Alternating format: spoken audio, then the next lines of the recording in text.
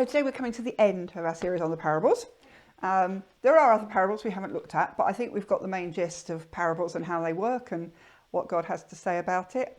And so I decided that I really wanted to finish in Matthew 13 with the parables of the kingdom. Now we looked at these and we looked at the kingdom, which was probably 2 or 3 years ago now, early COVID, wasn't it? So I'm revisiting that, and I haven't changed it. I mean, I've changed a bit, but we're basically revisiting that material. But I think it's useful when, we looked at the kingdom, so we looked at the 7 parables of the kingdom, but now we've been looking at parables. It's good to come back and look at those with our understanding now of parables that we've sort of grown in over the last few months. And obviously all those parables we've looked at, we've seen how Jesus uses that story language. I mean, that's obviously the nature of parables. It's story language that engages us, draws us in, causes us to get engaged in the story so that we are impacted by the message. That's the idea. And all of those that we've looked at have revealed the Father's heart, how he feels towards us, his attitude to us, his expectation of us, and how we can live out. Last time we looked at those ones about how we live in community together, and what it means to be his disciples. Matthew 13 has 7 parables in one chapter. Now it probably seems a bit excessive. It doesn't necessarily mean that Jesus told them one after the other. Matthew's gospel was written by Matthew, and as we know, all the Gospels were written quite a long time after. It's not like they were written as diaries at the time, They were written well after. Everything had been shared orally, and the disciples had their own memories of things. And so when one of the Gospel writers writes a Gospel, they usually have a purpose in it, and they usually have a structure to it that is because of what they're trying to write that Gospel for, which is why we have 4 different Gospels, because although they're all about the good news of Jesus, they tell it in a slightly different way for a different purpose. And it's the same as, if you're telling your child about something and then you're telling your friend about something, you probably tell it slightly differently because you've got a different audience. Matthew's Gospel was particularly written to the Jewish community, and it was particularly written to emphasize what Jesus had taught them while he was here. And so that's why so many of the parables we looked at actually are in Matthew's Gospel, because the focus of Matthew's Gospel is the teachings of Jesus, and then the outworking of that in his life. So what is very likely is that Matthew grouped the parables because they were teaching about a specific aspect in the same way as we would do. If we want to do a theme, if we're teaching on a biblical theme, we draw scriptures from different places. Matthew, in wanting to help the Jewish people understand what Jesus had taught about kingdom, puts these parables together, which makes it really helpful for us because it makes it much easier for us to understand what it is that Jesus is looking to do here. And the reason that it was so important that this teaching was given to the Jewish people is that the Jewish people had a very specific view of the kingdom. It was the coming of Messiah to rule and reign and to overpower all other authorities. In the light of where they were at the time Jesus came, that was very much about the Roman rule. But the point being that the Jewish view of Messiah is someone who will come as a warrior king who will overthrow all other kingdoms and will establish Israel as his kingdom. All right, that's the Jewish view. And it's based on those scriptures that we are familiar with because we also look forward to that. But what do you do with what happened in between? And this is Matthew's point in putting these parables together. He wants to show them what Jesus had to say about the bit in between, if you like. So beginning of Matthew 13 tells us this. That same day, so Jesus had been in the house, and you can read chapter 12 if you want to see what happened before. Jesus went out of the house and sat beside the sea, and great crowds gathered about him. So he got into a boat and sat down, and the whole crowd stood on the beach, and he told them many things in parables. So it may well have been at one time, or Matthew might have used a little bit of license to set the setting for when he told some of them and added the rest in. We don't know.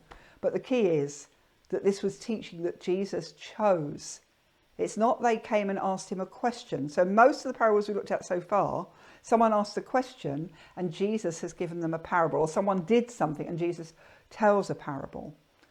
This is Jesus halfway through his ministry time here, understanding what's going on with the Jewish community, what that is they're actually looking for, and taking the time to sit down and try and explain to them what the kingdom is really about.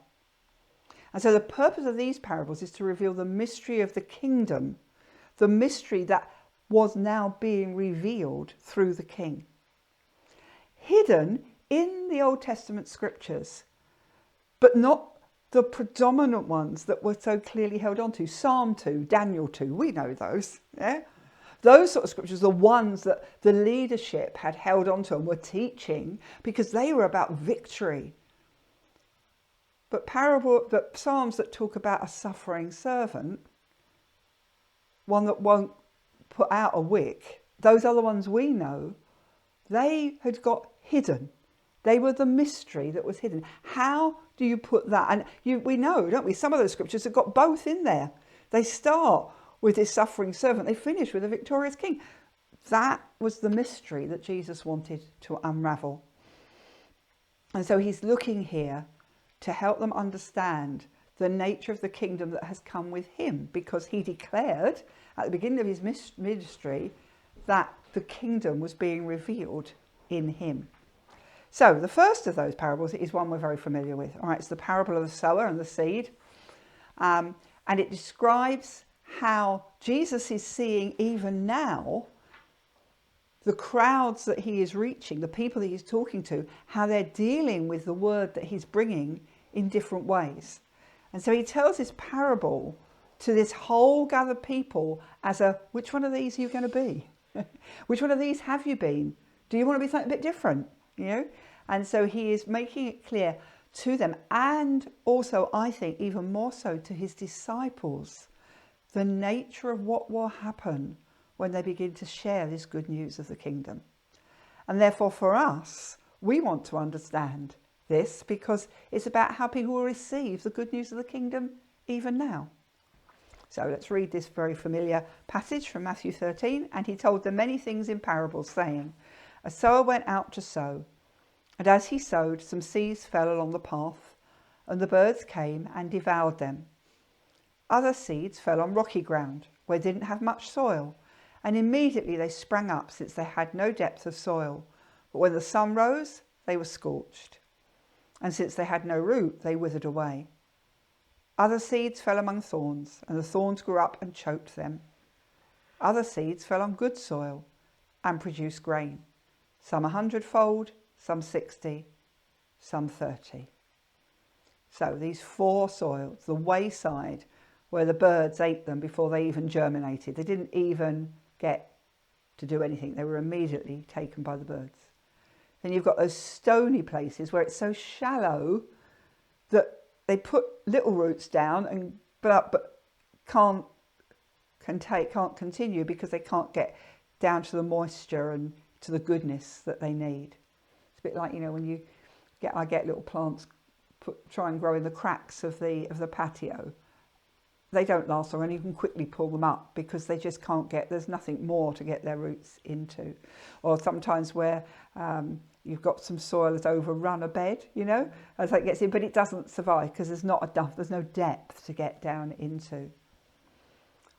And then there's the thorns, where they get choked by the thorn bushes that squeeze out those young plants, and we're all used to that in our gardens as well. I love that Jesus obviously uses these illustrations because this is what the people were familiar with. They lived in farming communities. They lived off the land. This all made sense to them. And so obviously they can't get the light and the nourishment that they need. So one can't put the roots down and get it. The other is actually getting crowded out. And then there's the ground that produces this great crop. Now, the thing we need to notice with this is that in each case, the seed is the same. It's not different seed. It's not good seed and bad seed. It's good seed. It's all good seed. But the difference is in the receptivity of the soil, or, as Jesus goes on to explain, of the heart response to each person who hears the kingdom message. And the mystery is that the kingdom is here, but it currently doesn't have the irresistible power that we know in Daniel 2, which is describing those destroying wicked governments. It's still got to grow. That's the mystery. But the seed and the sower are here. And Jesus goes on to explain the parable, and he says the seed is the word of the kingdom, which is the good news of salvation from sin. Death and Satan and life and an eternal kingdom under the rule of Jesus. So the word is this good news that actually saves us from death, from Satan, and transfers us into this rule of Jesus. The word, of course, is Jesus. So it's not just what we speak, it is him himself. That's why he said that he was the word. Why John describes him as the word. Because it's him that has to take root in us, not just a message. And those seed fell on 4 types of soil, speaking of different responses. So Jesus goes on later in Matthew 13 to explain to his disciples what it meant. He doesn't explain it to the crowd, he actually only explains it to his disciples. He leaves the crowd to respond in whatever way they are ready to receive. But his disciples need to be taught because they've got to carry this message of the kingdom. So he says, when anyone hears the word of the kingdom and doesn't understand it, the evil one comes and snatches away what has been sown in his heart. This is what was sown along the path. And for what was sown on rocky ground, this is the one who hears the word and immediately receives it with joy, yet he has no root in himself, but endures for a while. And when tribulation or persecution arises on account of the word, immediately he falls away. As what was sown among thorns, this is the one who hears the word, but the cares of the world and the deceitfulness of riches choke the word, and it proves unfruitful. And as for what was sown on good soil, this is the one who hears the word and understands it. He indeed bears fruit and yields. In one case 100-fold, in another 60, and in another 30. Jesus makes it very clear what the parable means. I think probably it's the most clear explanation that Jesus ever gives of a parable. He does not want this parable misunderstood. He is very clear about what it means. So he makes it clear that the first group didn't understand what they'd heard, and so the enemy could easily snatch it away. So they heard it, but just didn't get it. And we've all got friends, I'm sure, that we've shared the kingdom message with, and they just don't get it. And so it gets snatched away again. Because if it's not going to put down root, that doesn't mean it can't be sown again. That's not the end, but that's the nature of it. The next 2 groups make a profession of faith that later proves superficial. So you have those who roots go down very shallow. They're full of joy, all the excitement. Yes, I found Jesus, da, da, da. And then as soon as it gets a bit tougher, there's no substance to it. And so they fall away.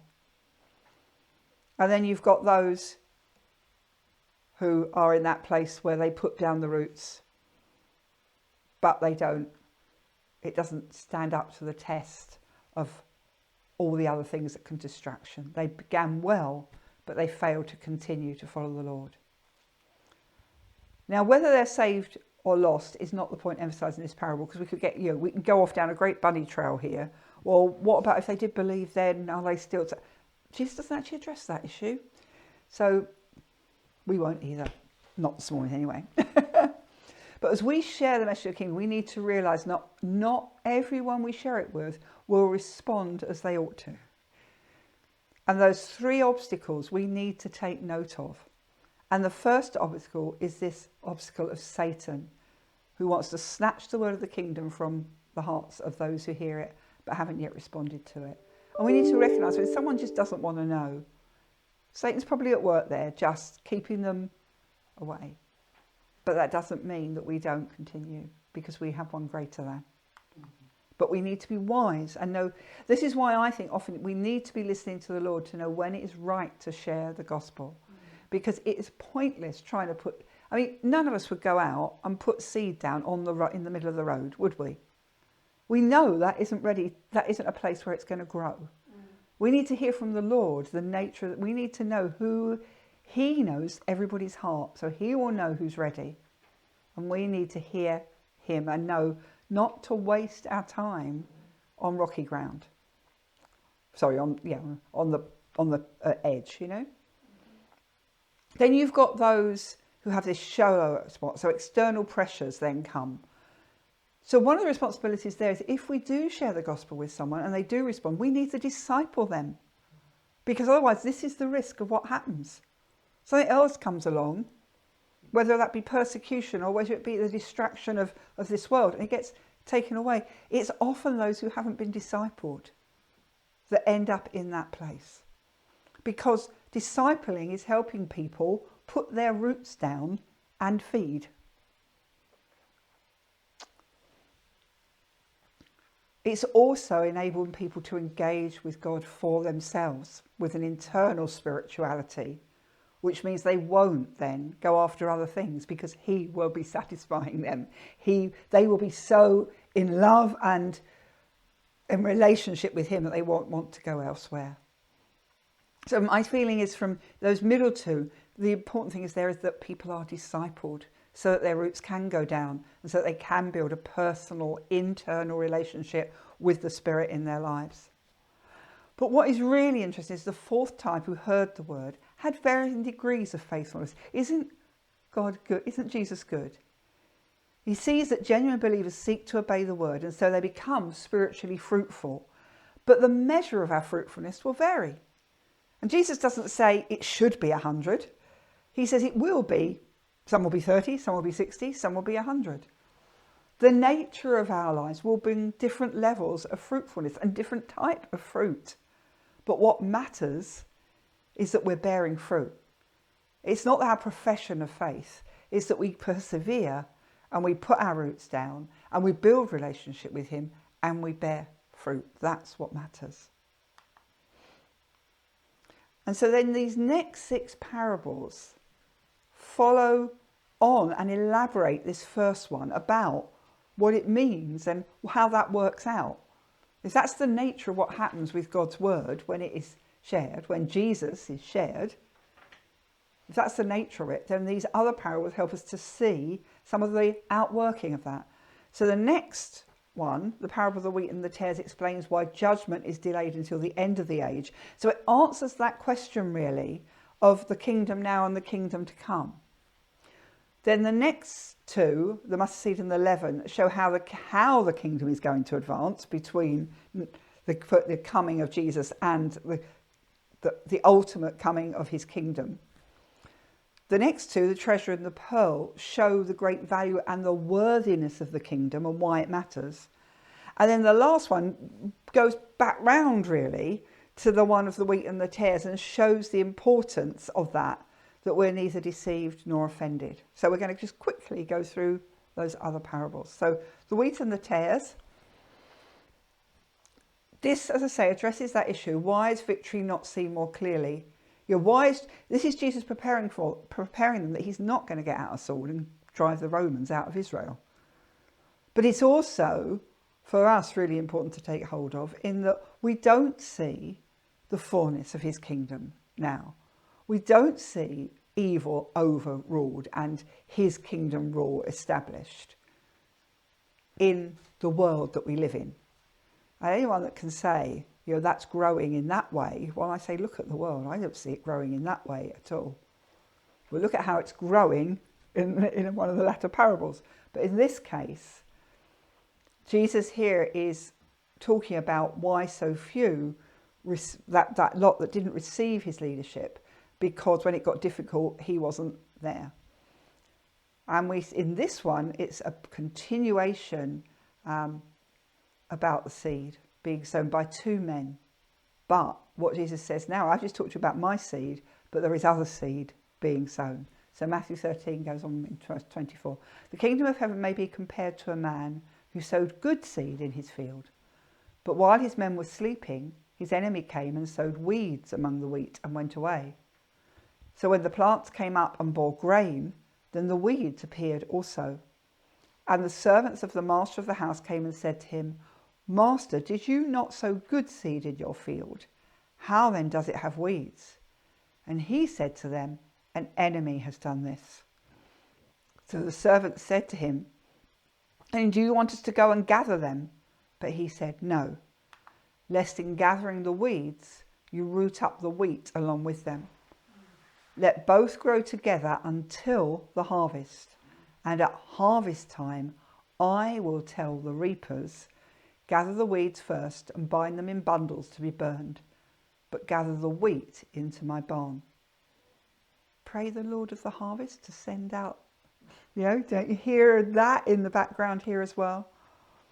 This is the parable that looks at that delay of the day of judgment. And it's, I think, one of the most difficult aspects of Jesus' teaching, because we're not to separate the wheat from the tares, because that has to be delayed until the end of the age harvest. And so Jesus explained why he's not destroying the wicked Roman oppressors. Both have got to grow up, and then at the end of the age, he will come and he will separate them out. And if we look at all those end time passages, we see that actually being prophesied. All right. Jesus actually gave the interpretation of his parable to his disciples later on. And he said, the one who sows the good seed is the Son of Man. The field is the world, and the good seed is the sons of the kingdom.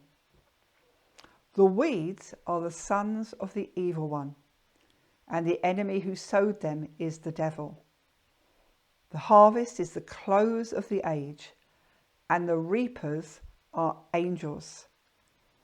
Just as the weeds are gathered and burned with fire, so will it be at the close of the age.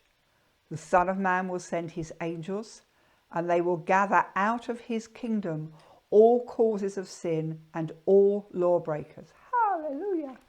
And throw them into the fiery furnace.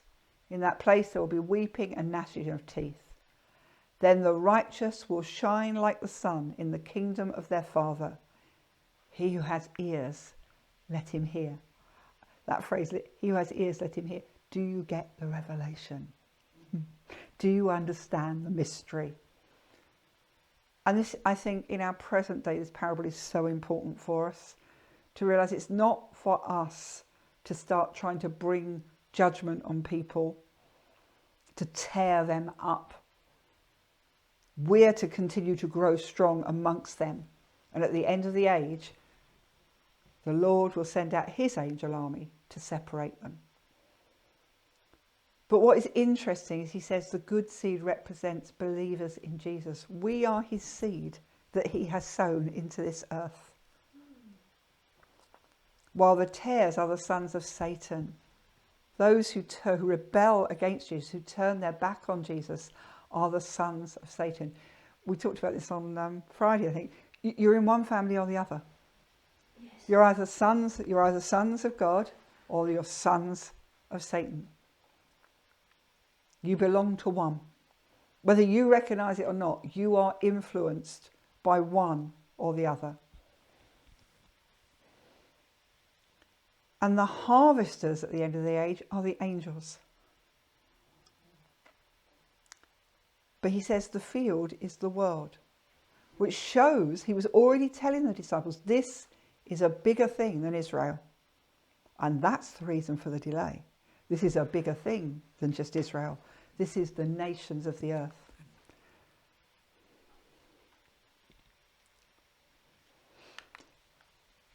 And we have to recognise from this that often it's difficult to distinguish between the sons of the evil one and the sons of the kingdom. Because Jesus says, you might pull up the other one. So it says, who can discern? The one who sends out the angel army is the one who will discern. We're not to discern. We're not to decide that those... some make it patently obvious that they're sons of the evil one. But we're not to make those judgments on people. That is for him to do at the end of the age. Because their actions don't always go with their heart. People can profess things that they're not living. And so God's going to permit the righteous and the wicked to coexist in this age. But he will separate us when he gathers the righteous to be rewarded in his presence forever. And we see the order of things, of events at the end of the age in that parable. All right, next one. Parable of the mustard seed and the leaven. So in this one, Jesus compared the kingdom to a mustard seed and to a lump of yeast. And what this shows is that the kingdom will grow from an insignificant beginning, tiny little mustard seed, or the vast influence of a little bit of leaven. The manifestation of God's reign started with Jesus' small group of uneducated disciples. We see today the impact of the mustard seed and the leaven. So let's just read this one. The kingdom of heaven is like a grain of mustard seed that a man took and sowed in his field. It's the smallest of all seeds, but when it has grown, it is larger than all the garden plants and becomes a tree, so that the birds of the air come and make nests in its branches. So this is the mustard seed. And what we see here is Jesus highlighting the unforeseen character of the kingdom, which starts much smaller than most thought and then grows gradually. It doesn't come in one cataclysmic event. That's the point. That's what he's trying to get across here. It starts tiny. It builds to a cataclysmic event, but it doesn't suddenly happen overnight. And I wonder if the early church really understood that parable. They were waiting. They still thought he was coming any minute. Now, I think it's good that we live expecting him to come at any minute, because that's a good way to live, although we know there will be signs for us. But we have been told that it's going to take time. And then he goes on to tell this one. The kingdom of heaven is like leaven that a woman took and hid in 3 measures of flour till it was all leavened. In other words, until it had all risen. We've got this leaven hidden in the flour or the bread dough, which is a very similar message as the mustard seeds, talking about the smallness and the unimpressiveness of the kingdom compared to what it eventually becomes. But Jesus here is comparing the growing of a kingdom to the invisible and imperceptible impact of leaven in a lump of dough. Once you've got yeast in the dough, you can't see it. But that's what's in us. We can be confident that regardless of any opinions, the kingdom does have a glorious future. If you take what Jesus says here, we might not be able to see the mustard seed, we might not be able to see the leaven, but it's doing its work. What God has ordained and purposed is going to come to its fullness. That little bit of dough is going to become a beautiful loaf of bread. That little mustard seed is going to become a glorious tree. The words of God are going to bring forth a kingdom that we will be part of with him. And they are there to encourage us to remember that what God is doing during this present phase of the kingdom will enjoy a successful growth. And in contrast to what was thought by some to be only a Jewish hope, the kingdom of God in the present age, starting with the almost imperceptible beginnings, will survive and even expand to international proportions, bringing light to the nations before the end of the age. And that's why it wasn't overnight. It's got to spread. It's got to touch every nation of the earth. Right, treasure and pearl. So these ones now highlight the value of the kingdom and the fact that its value is hidden to many. There's an awful lot here about hiddenness in all of these parables. People who don't get it, don't see it. I think that's Jesus preparing his disciples for what's to come, in terms of they're being so excited when Jesus rises, goes back to heaven, he tells them the glorious future they have.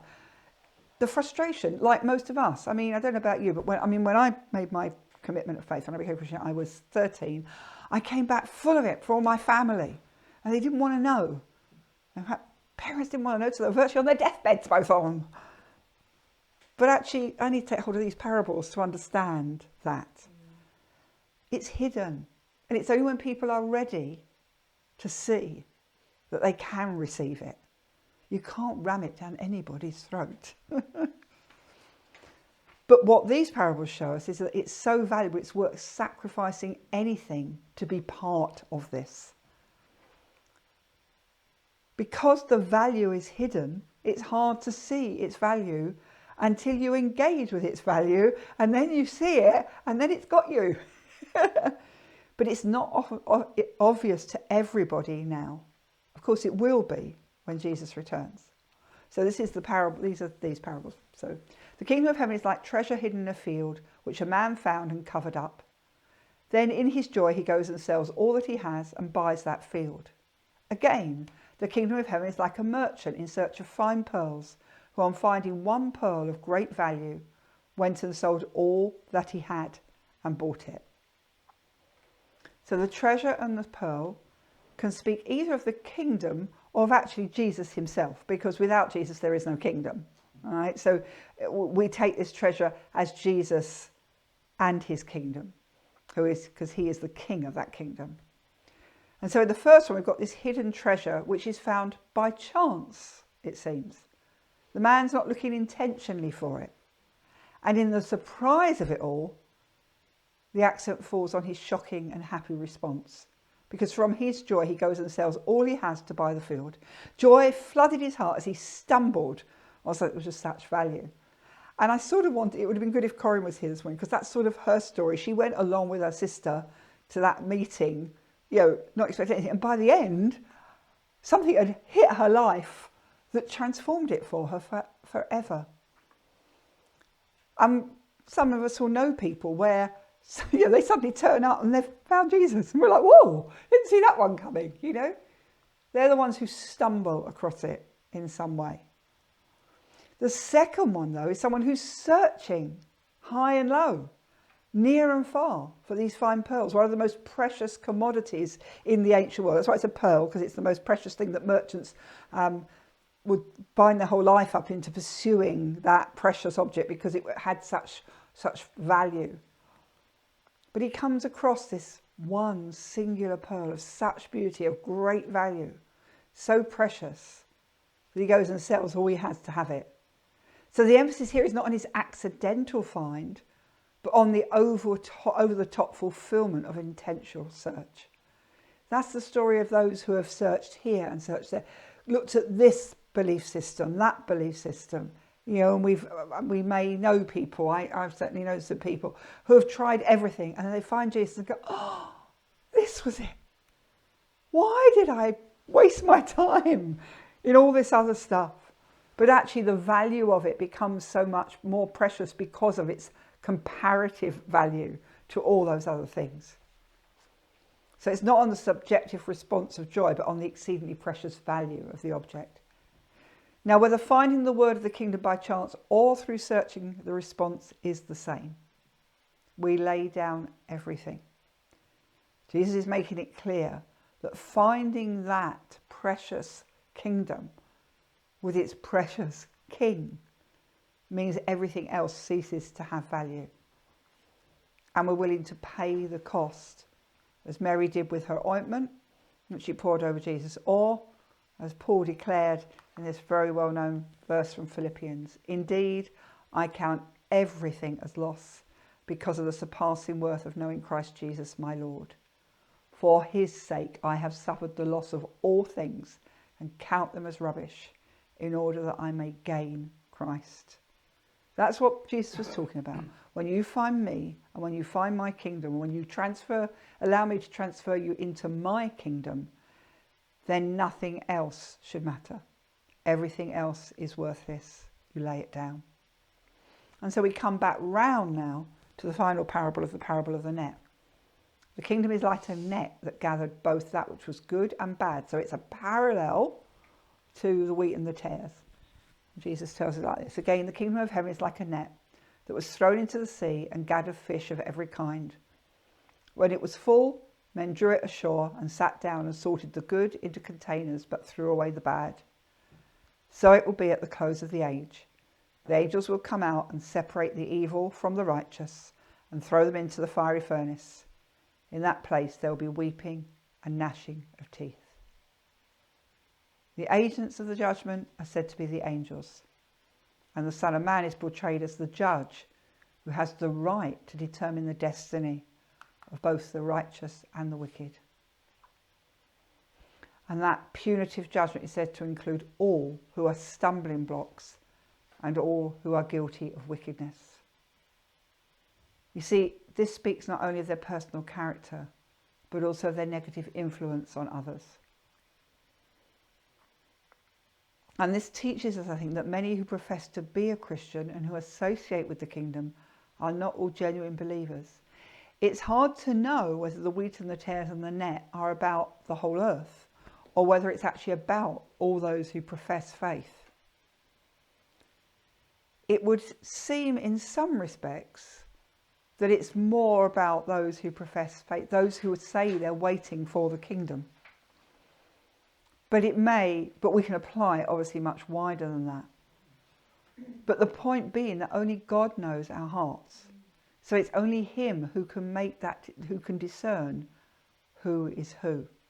And he makes that choice both on our character, how we've walked out our Christian faith, in our character and our attitudes, but also the impact that we've had on others. Which is why, that one about anyone who leads the children astray would want a millstone around their neck and be thrown out. Jesus takes very seriously those who lead others astray. Both good and evil will continue until the end, when both are evaluated according to their true character. The Lord will remove the wicked in his timing, and the righteous will enjoy the kingdom of the Father, sharing in his glory. He is encouraging his disciples here. The faithful through the now will share in the not yet. Yes, that kingdom that you all thought was coming, and Peter goes on trying to demonstrate that he didn't understand any of this, and he still thinks it's now. And that's what Jesus you will get behind me, Satan, because actually you're becoming a son of Satan if you're denying this. I mean, if Jesus can say that to Peter, I think we need to see seriously what's going on here. But what he is doing here is he is trying to help his disciples understand the nature of the kingdom that has come but is yet to come. And they're in two sections. So those first ones were spoken to the crowd to reveal the nature of Satan's schemes to prevent the growth of the kingdom and the nature of the kingdom. But the second half, parables 5 to 7, are shared with the disciples to help to encourage them to live as citizens of the kingdom and to persevere. And then he goes on at the end of the chapter to encourage them to share that good news, both of that which had already been revealed and this new mystery of the kingdom that he's now revealed to them. So he says, have you understood all these things? I've just told you all these parables, did you get it? They said to him, yes. And he said to them, therefore, every scribe who has been trained for the kingdom of heaven is like a master of a house who brings out of his treasure what is new and what is old. In other words, if you're going to be my disciples and you're going to teach others, you need to carefully balance the teaching of the Old and the New, which we now think of as the Old and the New Testament. All right, obviously that wasn't what Jesus was talking about then. But what he's saying is those prophetic promises and the eschatological hope are still just as essential to the teaching. It's that you now add in the mystery of what I have now taught you now. Bring out the old and the new. And I think if only we need in these days to understand that in such a real way, because in the delay we've got very settled in the teaching of the new, but we also need to be teaching the message of the kingdom that is yet to come. So Jesus in these parables takes the old understanding of God's kingdom and focuses new light on it to expand the people's understanding of its character and its future course. And Jesus here makes it clear that we should store up revelation from both the old and the new to feed others. And we store up treasure in our storehouse, and we bring out that which will best nourish and strengthen one another to live as citizens of the kingdom and see it grow. And to look at the parables and not take to heart what Jesus said at the end would be foolishness. We need to know these things and we need to share them, but we need to make sure that we're putting on display and sharing the whole of his kingdom. And so I want to finish with these verses from Colossians chapter 2 and verses 2 to 3. This is Paul. My goal is that their hearts having been knit together in love, may be encouraged, and that they may have all the riches that assurance brings in that understanding of the knowledge of the mystery of God, namely Christ, in whom are hidden all the treasures of wisdom and knowledge. That needs to be our heart, that we want to share that in love with one another, to build one another up and grow. That's why the word sits so core to who we are as a community, and why the whole of the kingdom message is so core to who we are as a community as well. And Jesus, I think, would look down and say, they've listened, they've seen my message. But let's not give up, let's press on to the end.